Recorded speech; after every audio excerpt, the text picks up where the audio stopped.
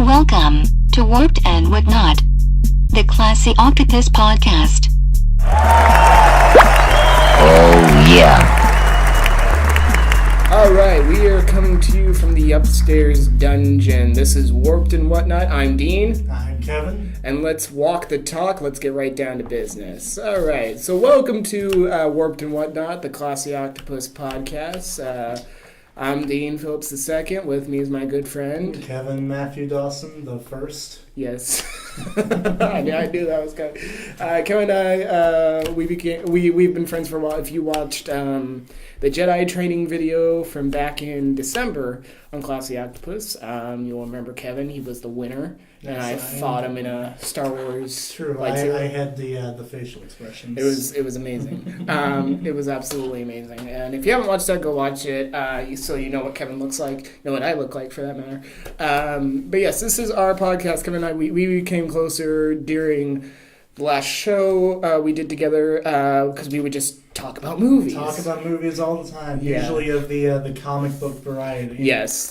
And so we were like, you know what, let's make something out of this. So we decided to do a podcast. And here we are, 2 weeks in the making. 2 weeks, yes, really 2 weeks in the making. This also serves for the fact if either of us tell each other ideas for movies in earnest, the other one can't steal it. Exactly. Because this is like our way of trademarking our ideas. Exactly. No, this is exactly what that's for. Okay, so we are ready to go. So first topic on today is what's on everybody's lips. The movie that's splitting people left and right. Before it even came out. Yes, we are talking about Batman versus Superman. Batman v Superman. Batman v Superman, yes. That's very important. Very That's one of the problems. For some reason. So what we devised, since, again, the movie isn't out yet, and since it is splitting people practically down the middle, we decided to split ourselves down the middle, but not with surgical tools, because that would be messy. But instead, we are going to give you our personal good signs, bad signs about Batman v Superman. Now, Kevin, do you want to begin this whole show? Because you were excited about this topic. Oh, I am so excited. This is like the topic that I knew we had to do. So, absolutely. So let's start with the first good sign. It's the easy one to start with, obviously. Yeah. This is what everyone feels at this point. Anyone who doesn't is just a hater. The first good sign is Ben Affleck as Batman. Yes, he looks like the first actor to really capture both Bruce Wayne and Batman. I totally agree with you. I am a Michael Keaton fan myself, and I will die with Michael Keaton as Batman. Was great. But he was the first. He was the first one that really gave us that. But no, I totally agree with you. He is a ginormous person now because he's buffed out. He is. But yeah, he looks great as Batman. And yes, I'm very excited. Now your bad sign, your counter. Okay, so my counter, the bad sign, I'm going to start right up front. I think it's a bad title. Bad title. Okay. Batman v Superman is ridiculous. Now, the subtitle, Dawn of Justice, is not bad. Yeah, I would say they should have really just called this movie Batman Superman World's Finest. Yeah. Because that's what they are. Because it always goes World's Finest, Trinity, which is Batman, Superman, Wonder Woman, which we're already getting, and then Justice League. Mm-hmm. So if they introduce this movie as World's Finest, and yes, they would still fight in the movie. They would still fight, obviously, because they always fight when they first meet. Every incarnation, they fight. And then, surprise everyone, bam, now we got Trinity. That would have been great. But yes, Batman v Superman is it's the V Superman is ridiculous, and Zack Snyder came out and said, well, I chose V to keep from being a straight versus movie. we know it wouldn't, the fans would know. We're smart enough to know that. And, we also, with every good bad son, we also have to keep in mind that they're selling this to a mainstream audience that doesn't read comics. So I get that also. It's not a distractingly bad thing, but it's just something that is just kind of ridiculous. Well, that was the thing about Avengers. They were going to fight for a while in Avengers. They were going to butt heads, but they didn't call it Avengers. We fight a little, and then we team up.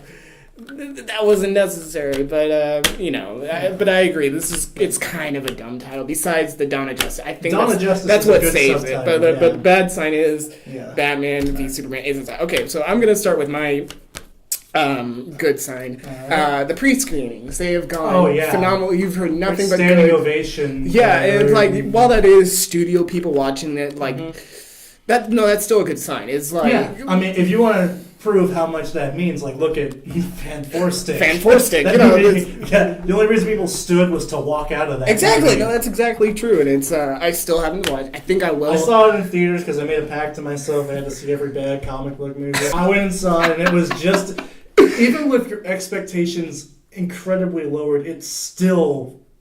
Is still lower than you expect. No, but I will eventually watch it just for the heck of it, just for fun. I might turn the sound off and make my own dialogue because I love doing that. That would be a lot of fun. I think that's how I'll end up watching Fan Four Stick. But pre-screenings have gone super well. You've heard nothing but good things. Everybody's talking about Affleck being the. But my counter to that, and I did my good bads a little differently. The bad sign is that there's talk about the director's cut coming out right now. With Deadpool being as successful as it is, and that's exciting. It is very exciting that movie is successful. Every studio is now thinking, should we make all our comic book movies R? And I don't think that works with Batman. No, I think it does. I don't, because think about the way the R rating is going to work. Okay. It's not R rated like in the way Deadpool was. It's different. Yeah. It's R rated in the sense that they want to show how brutal Batman is as a fighter. Yeah. And they want to show the scenes of like the Joker and his Jason Todd and him torturing Jason Todd and him. Paralyzing Barbara Gordon, I hear, is a big reason why it's R-rated. Yeah, well, that was another thing. Is like that's another thing about the director's cut that makes me kind of iffy. Is that they cut Batgirl, Barbara Gordon, out of this entire theatrical release. They've cut her out, and we're only going to get her on the director's cut of the DVD, which makes me think: are we getting a full movie when we're going to go see this? I think we are. I think the only reason they did that is because I think they want to keep the story streamlined. I don't think she would I think it's just like the focus of the movie is Batman, Superman. I don't think they want to make it too much of a Batman movie. I don't think they want to make it too much of a Superman movie, Okay. So I think that's why they're doing it. They're trying to keep that and explore that more in the solo Batman. Yeah. That's how I read it. I can see you on that. Okay. Good sign for you. Good sign for me. Another casting choice I'm going to go back to is Jeremy Irons as Alfred. It's partly the actor and partly the way they're doing the character. Because they're making Alfred not just like the mentor to him, like the kind of wise old man. In the final trailer, you got to see how Alfred really works with Batman. They're giving him a special ops background. He's one of the people who trained Bruce Wayne. I like that. It's brilliant. And Jeremy Irons is a perfect. And let's go ahead and keep on this because part of my list was casting choices. We got freaking Momoa as Jason Momoa's Aquaman. Okay, best casting. Let me just put this out there. Since this is the first episode of our podcast, let's make this absolutely clear. Aquaman is the favorite superhero of yours truly, Dean Phillips II. He is my favorite superhero, and I've been waiting for a great representation of him in a movie. And this is the guy. This is the guy. It. And like, before anyone says, no, he's not going to be blonde. Big deal. Like, at this point... People will find anything to complain about. We got Jason Momoa, Game of Thrones. Yes. Huge, amazing guy. And it's just that thing. But like, I've been on the, Aquaman Reddit. I've talked to the fans of Aquaman, bigger fans than I am. And like, they're excited for this. They want to see this. It's like, it's the same people that complained about Aqualad in the Young Justice cartoon being blonde when he wasn't in the comics, even though he was amazing and one of the best characters, which you need to watch Young Justice. I will get on it eventually. But moving on, Momoa is Aquaman, great choice. And now I'm on board with Godot. Godot, I think it's Godot. Is it Godot? Is it or Gadot, or something like that. But she. Gigi. Yeah. She looks amazing. She looks good. That last trailer, finally, the third trailer, finally, because they finally showed her talk. And this is another thing. I'm going to go a bit into my good sign, too. Mm-hmm. A good sign for me is that I think the ideas that Zack Snyder had in place of his tech standpoint from Man of Steel, the whole zoom in, zoom out and everything. What I've always admired about Zack Snyder, even if he doesn't always do it right, is he tries to show you something new with his style. I could respect someone. So in Man of Steel, they had it where they were like doing that zoom in, zoom out. And it was really rough. And I get the idea because I think. But like when they showed her charging, that's where it worked. Great. They showed them that twice. And I think I know why. Because they're not shaking the camera. It's not someone taking a smooth. double take. It's like, what? It just looks so cool. So you can see the evolution of what he's done, and it looks really good. But now that we're talking about all this, we gotta go to the bad side of casting choices. It's what's on everybody's lip. It's Eisenberg. It's true. I liked it. I liked the choice. Yeah. When I heard that, I was like, this could be interesting. It would be like the modern Lex Luthor. It is a young CEO who has so much people under his thumb.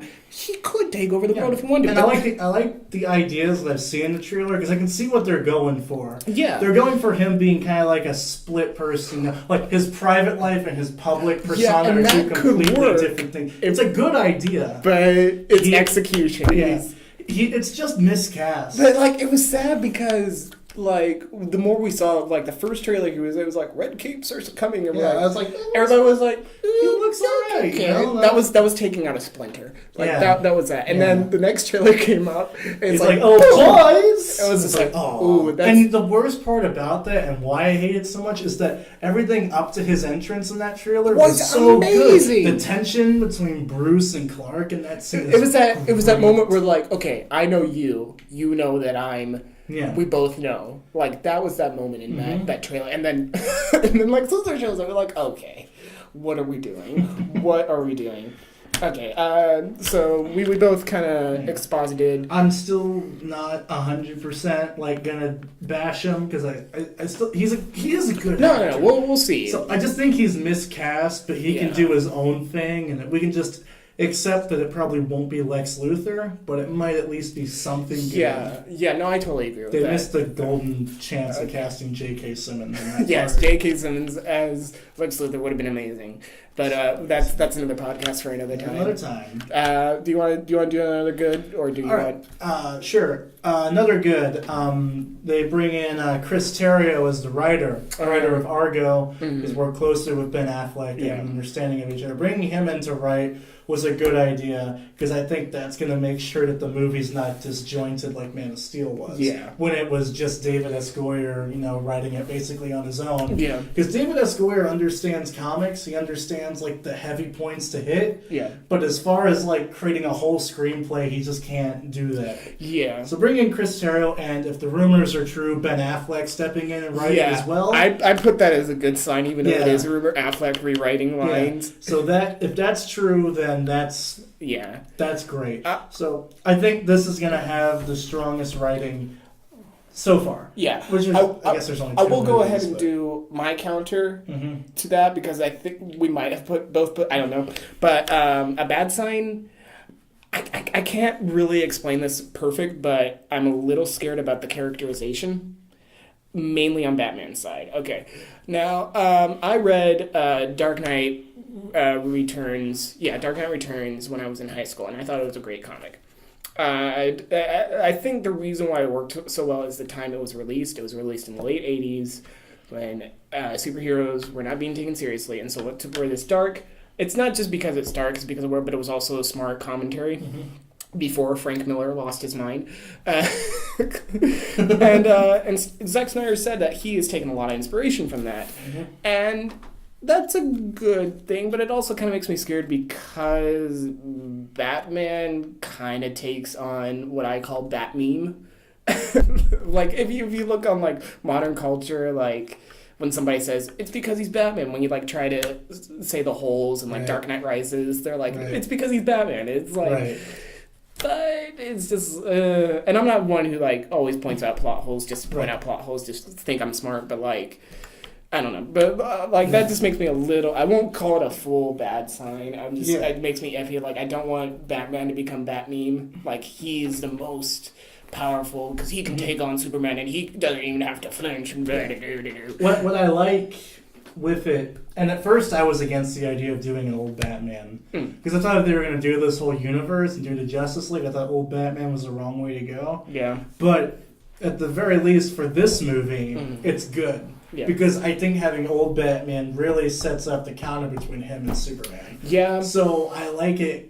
Because they're showing him as an old, like, battle-hardened Batman. So he's going to be really just, like, kind of no-nonsense is what I like about it. So I think I'm for the characterization of Batman in this, from what I've seen. That's fair. Yeah. Because I think it fits, Mm-hmm.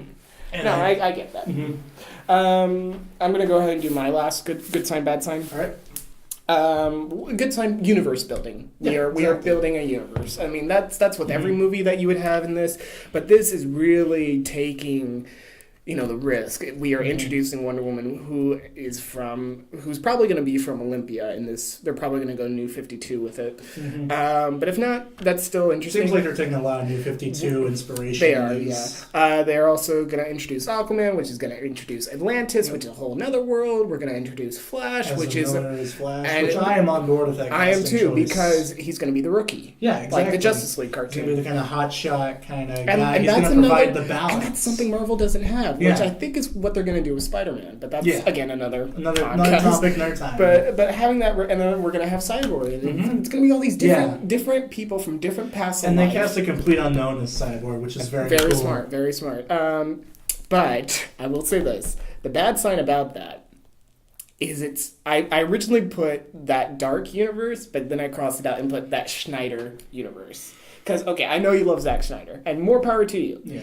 But the reason why Marvel worked as well as they did is because they had different people working on it. Yeah, exactly. And no, I agree. I like Zack Snyder. I'm not like a big Zack Snyder like defender and everything, but I like him when he's good, and I know when he's bad, obviously. Right. But them hitching their entire universe to Zack Snyder is a mistake. I said that from the beginning. I said he shouldn't direct Justice League. If they're going to keep him for BvS, fine. Yeah. He already made Man of Steel, and that was mixed, so they should have done something else. But bring him on, that's fine. Then when I found out he was doing Justice League too, which they might still change. They might, but then if they do Justice League Part 2 with another director, that might even make things worse. I don't know. George Miller is a producer for Justice League. Is he? He's a definite producer, so he might be a producer with a lot of input. Might be a producer with like 50 50 quotes around it. Kind of like when they made Tombstone and they had a fake director because the director was fired and Kurt Russell had to finish directing that movie. I love Tombstone. We got to do a podcast on Tombstone. Yeah, absolutely. Okay, do you want to move on to our next topic? Because we're kind of strapped for time. Sure. But yes, Batman v Superman, we are going to see it. I am excited. I am excited for the movie.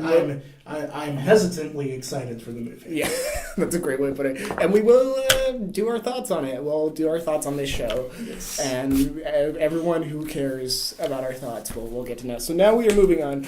Semi-switching here. We're going to go to yours first because it's it's related to what we were just talking about. What we like to do when we talk is we like to do fan casts of movies that haven't happened yet or may never happen. And today, this is something that will eventually happen. We're like 90% sure this will happen. And it's the Teen Titans movie. Yeah. So I'm going to give it over to Kevin. I'm going to open up Google because Kevin knows more actors than I do. I'm good with directors. Kevin's good with actors. So I'm gonna try to keep up. So here we go. I had to really stretch for this because admittedly I don't know much about younger adult teen actors in that range. So I had to really look around, but I did my best to come up with this. Okay, so first for Robin in the live action Teen Titans, I got Joel Courtney, who was the lead in Super 8. Oh, remember Super 8? Yeah, that was a good movie. Yeah. So I saw him. He's grown up, and I've seen how he looks now, and I'm like, I could see him as Robin. I think he could have a good personality for that. I could definitely see that. Mm-hmm. Yeah. Get him some more work, because Super 8's pretty good. It was a good movie. Not enough people saw it, and I really, really like that film. Yeah. But no, now that he's a little bit older, I could see that as Robin or Nightwing. Probably Robin, but yeah, that would be good. Okay. Then we've got Starfire, and I went with Elle Fanning, Dakota Fanning's little sister. Oh yeah. Because I could see her, because she's got the red hair, and I think she could fit that. She's a good actress, because I've caught a bit of her work. I saw her in Trumbo recently. Oh, she was in Trumbo. She was pretty good in that. So. She's definitely got she could pull off that otherworldly outsider kind of feel. I could totally see that. She could totally pull that off. Okay, who's next? So then we got Beast Boy. Mm-hmm. So I chose Dylan Mignette, who was the lead in the Goosebumps movie recently. Oh yeah. And he was also Hugh Jackman's son in Prisoners. Right. Yeah. Yeah. Yeah, he was the lead in Goosebumps. You're right. Mm-hmm. I would have personally switched it. I would have put him as Nightwing myself, or Robin really. Yeah. And like, those two I found kind of interchangeable when I was reading it. Either one, like, either one could play either one, but definitely. Yeah, absolutely. I was thinking that when I was writing it too, but I thought I'd put him at Beast Boy first. Okay. And I see on your list you actually casted Cyborg. You went ahead and cast. Yeah. Because I like Cyborg, I want him part of it. Fair enough. Because gotta remember, this is going to be a TV series. It's not going to be a movie. Oh, that's right. It's a live action TV series, so that's why. If I was doing a movie, I would have cast Michael B. Jordan. Right. Cyborg, but that's not going to happen. So. Oh yes. Yeah. So who I did get for Cyborg? This is the actor I chose first because this is the one that always stuck out to me. I got Gaius Charles, who a lot of people might know if you watch Friday Night Lights. He played Smash Williams on that. He has the complete right personality to play Cyborg, I think. So. Yeah. Okay. Absolutely. I can see that. I can definitely see that. He's got that. He's got that look. He's got that build, and he's a good actor. Yeah, I can see that. Okay, so then for Raven, I've got. I want to see. I've got Odea Rush, who was the girl in Goosebumps, and she was also the romantic interest or whatever in The Giver. Let me see if I recognize. Yeah, I could see this. I could definitely see this. Yeah. She's because Raven, she's such a cool character. Yeah. I want to see. Just a good actress take on that, and she's definitely got the look. And you're right, she was in The Giver, she was in other stuff. Yeah, I totally see that. Do you have a director in mind? No, I don't. I don't know who would direct the TV series. I'm not sure about that. But then just if it was a movie with this cast, and I wanted a director, I'd probably go with. That's a tough one. I don't know. I got. That's another topic for another time. Okay, I guess so. But then I'm gonna close it off just because I picked one villain. Oh, it's the obvious one. Yes. So you're gonna have Ron Perlman play Deathstroke. Ron Perlman play Deathstroke because it's just perfect. Okay. So I remember telling you when people say this voice actor should play him in a live action movie. Sometimes I don't get it. Nathan Fillion playing Green Lantern. That didn't work for me. But again, that's another podcast. Another time. But this would work. This would absolutely work. Because Ron Perlman, he's got the look. He's Hellboy. Yeah, he is. Come on. It's just it would be perfect. And he's got the voice. And he would do it. He would. He totally would. And even if he doesn't do his own stunts, because it would be a lot of martial arts. That's fine. All we need to hear is his voice. Yeah, and he's got the presence, and if he takes off the mask, he has the eye patch, he has the white hair. It's perfect. It's absolutely perfect. So I would see this if it was a TV show or a movie. I would watch it because you got a great cast. That I like that. So yeah, Teen Titans made by Kevin. We love doing fan casts. This will be something normal. Maybe not every podcast, but maybe every other or every third podcast. So now, do you want to introduce mine since I introduced yours? All right. So you're doing the Nintendo Superstars animated. Yes. I think it was earlier this month or maybe last month. It was rumored that the Lego Movie producer wanted to do the Nintendo All-Stars movie. Chris Lord and Phil Miller. Well, it wasn't them, but it was their producer. I guess... Well, I'll get to that. Right. But Nintendo has gotten back into the idea of maybe giving their characters to companies because they're very constrictive when it comes to their IPs, which, rightfully so. These are icons, and you want good people taking over these properties. But yeah, I casted, because I love Nintendo. It's a big part of my life. Oh, yeah, absolutely. So I got some choices here. All right. I cannot wait. So let's just say that this is a Smash Brothers movie. That's the easiest way to put it. Exactly. And so I stuck to the original roster, Smash Brothers, plus a few other characters, supporting characters. And we're just going to get right to it. I'm going to start with some controversial choices because it's not who you think it was. Let's start with Super Mario because you got to cast a good Super Mario. I actually went with someone you would not expect. I went with Joseph Gordon-Levitt. Really? Yeah. Okay. Because the thing is when you go online and you find castings for Mario movies or Nintendo movies, you always see older people, which is fine. Like J.K. Simmons is Mario.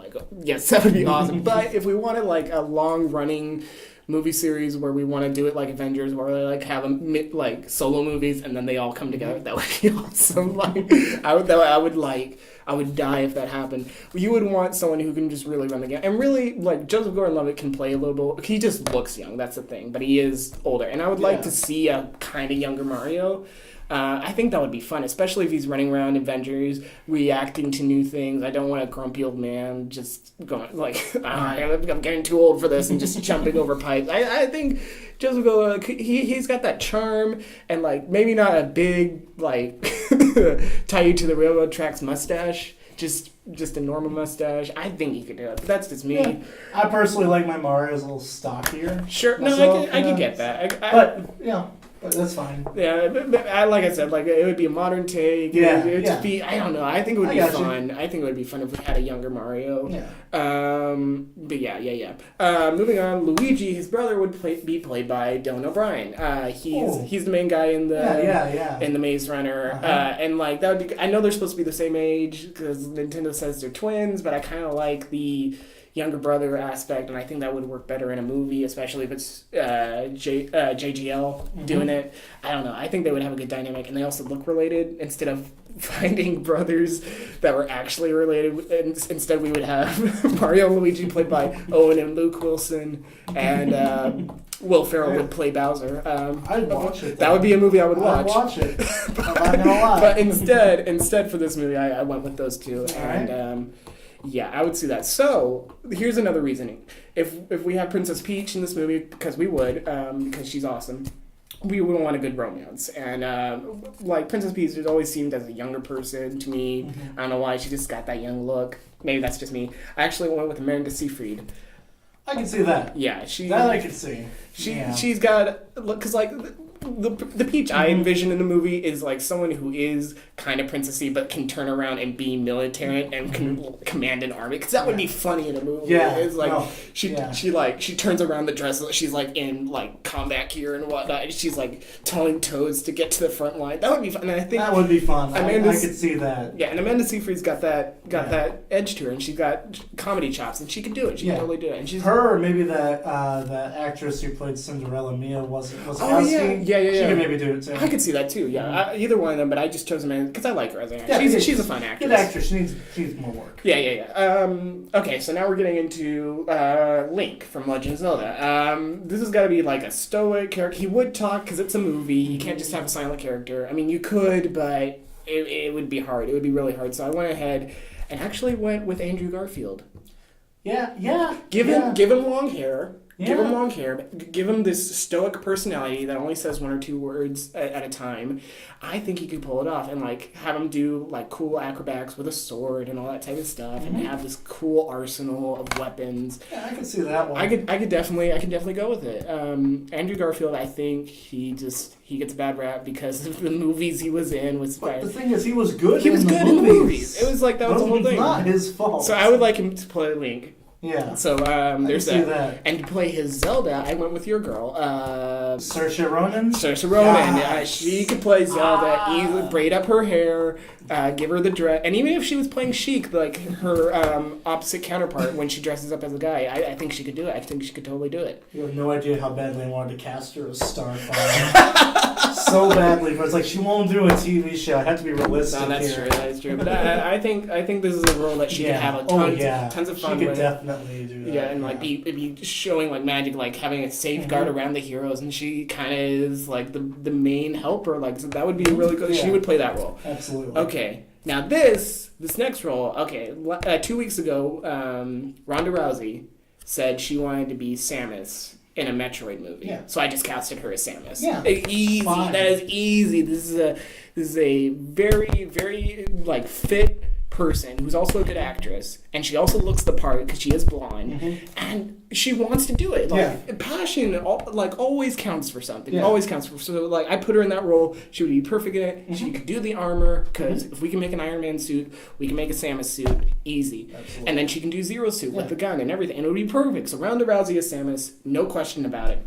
Okay, moving on. Okay, so now here's a fan favorite, Captain Falcon. Everybody likes Captain Falcon. You know who I'm talking about. I know who Captain Falcon is. Good, because you gave me that face. I was like, I know who Captain Falcon is. I played Smash with you. Okay, guys. no, that's good. No, that's good. I went with a very fun choice. I went with Chris Pratt.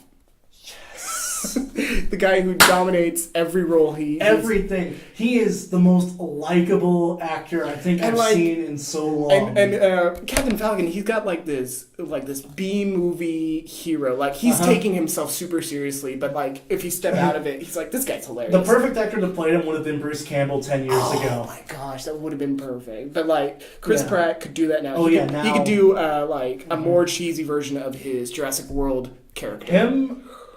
Maybe John Hamm. I can see doing it too. John Hamm. I don't think John Hamm would be. I know he's like done stuff on SNL, but I don't think he would be cheesy enough and good for an action film because this would be an action. He did the Wet Hot American Summer TV series. Oh, well, that's true too. That is true too. But so maybe I don't know. Chris Pratt's a great choice. Chris Pratt would be a great choice, and I would love to see him driving around in the Blue Falcon and just saying stuff like Falcon Punch. And just see him anywhere, and it would be great. Yeah, that'd be great. Okay, and now Star Fox, Fox McCloud. I went with a kind of meta choice. I went with Mark Hamill because it would be a voice. Yeah, we would basically have Rocket Raccoon in this movie, and we can't do Bradley Cooper as much as you, Kevin. I was actually just thinking, Bradley Cooper could play Fox McCloud. That'd be perfect. But no, I went with Mark Hamill, and we could kind of have a tongue-in-cheek Star Wars kind of thing, but he's also just an amazing voice actor, and we need a good voice actor for that role. And it would also bring people in,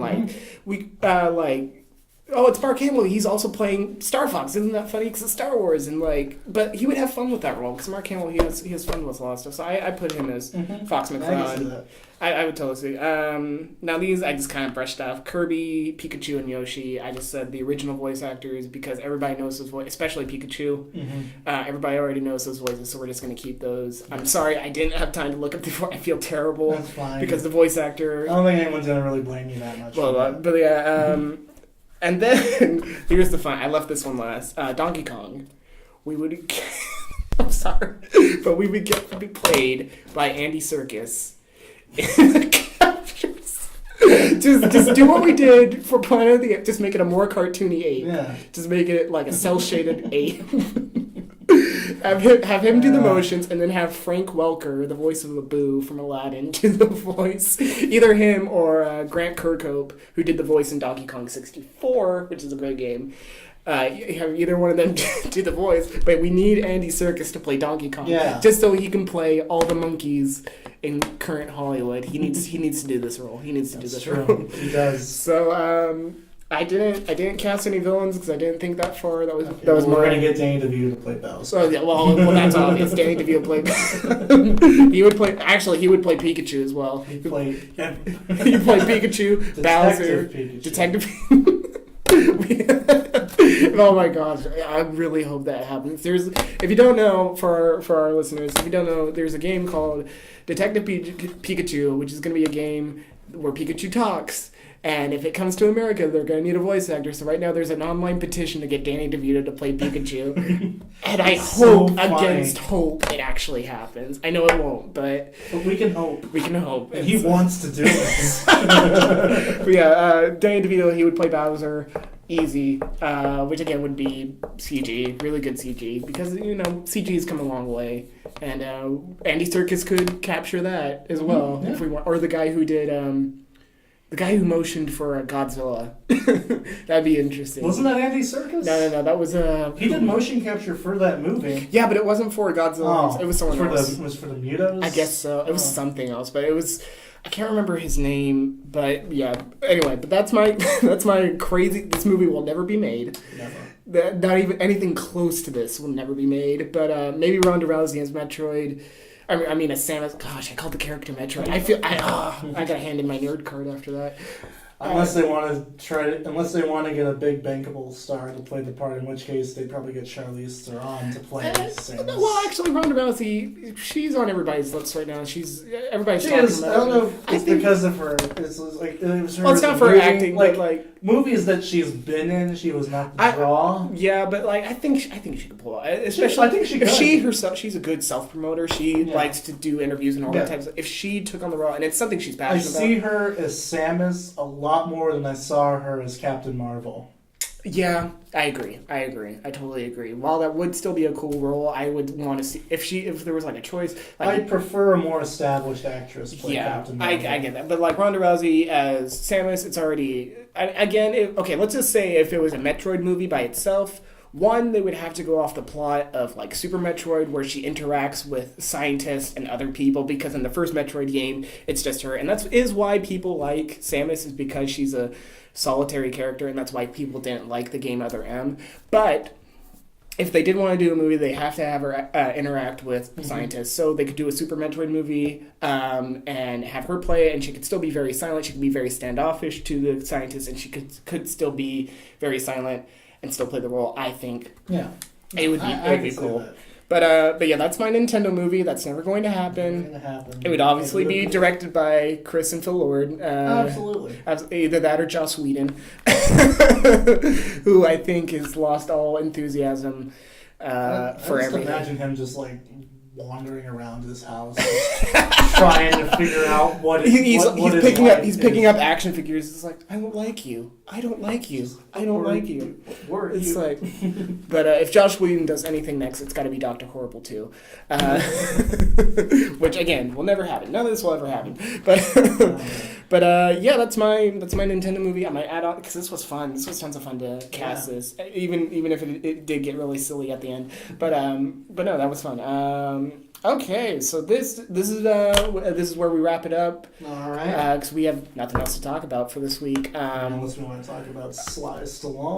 Oh yeah, we might say that for next week because we got a lot of stuff. When we were planning this, we already had what we wanted to talk about, and then all this news popped up for other nerdy movies. So we're just gonna have to save it till next week because we are just about at time right now. So, Kevin, anything you want to leave the good people with for this week? I look forward to sharing my passions for casting and everything movie related with all of you. Yeah. And I also have something for you. Yeah. Friday.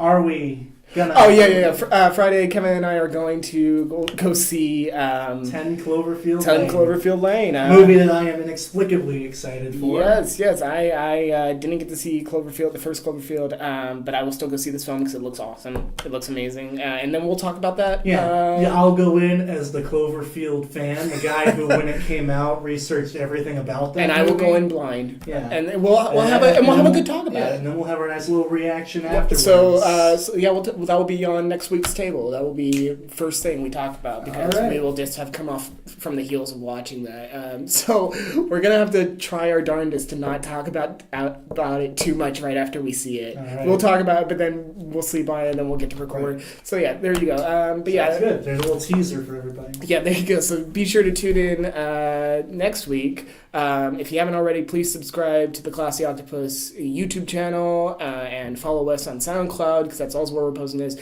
If you do want to start listening to these like while you work out and keep your phone closed, go to SoundCloud, look for us there, and then follow us there. And also subscribe to Classy Octopus where you'll get a lot of fun videos made by myself. Kevin will be in a few of them now, a few more of them. And we're doing a lot of fun stuff coming up for the channel. And we appreciate all your support. And hopefully this does turn into something we can just do regularly because this was fun. This was tons of fun. But yeah. Only going to get bigger. So this is Dean. This is Kevin. Signing off for Warped and Whatnot, the Classy Octopus podcast. We love you guys, and we'll see you next time. Bye-bye, everybody. Adios, comrades.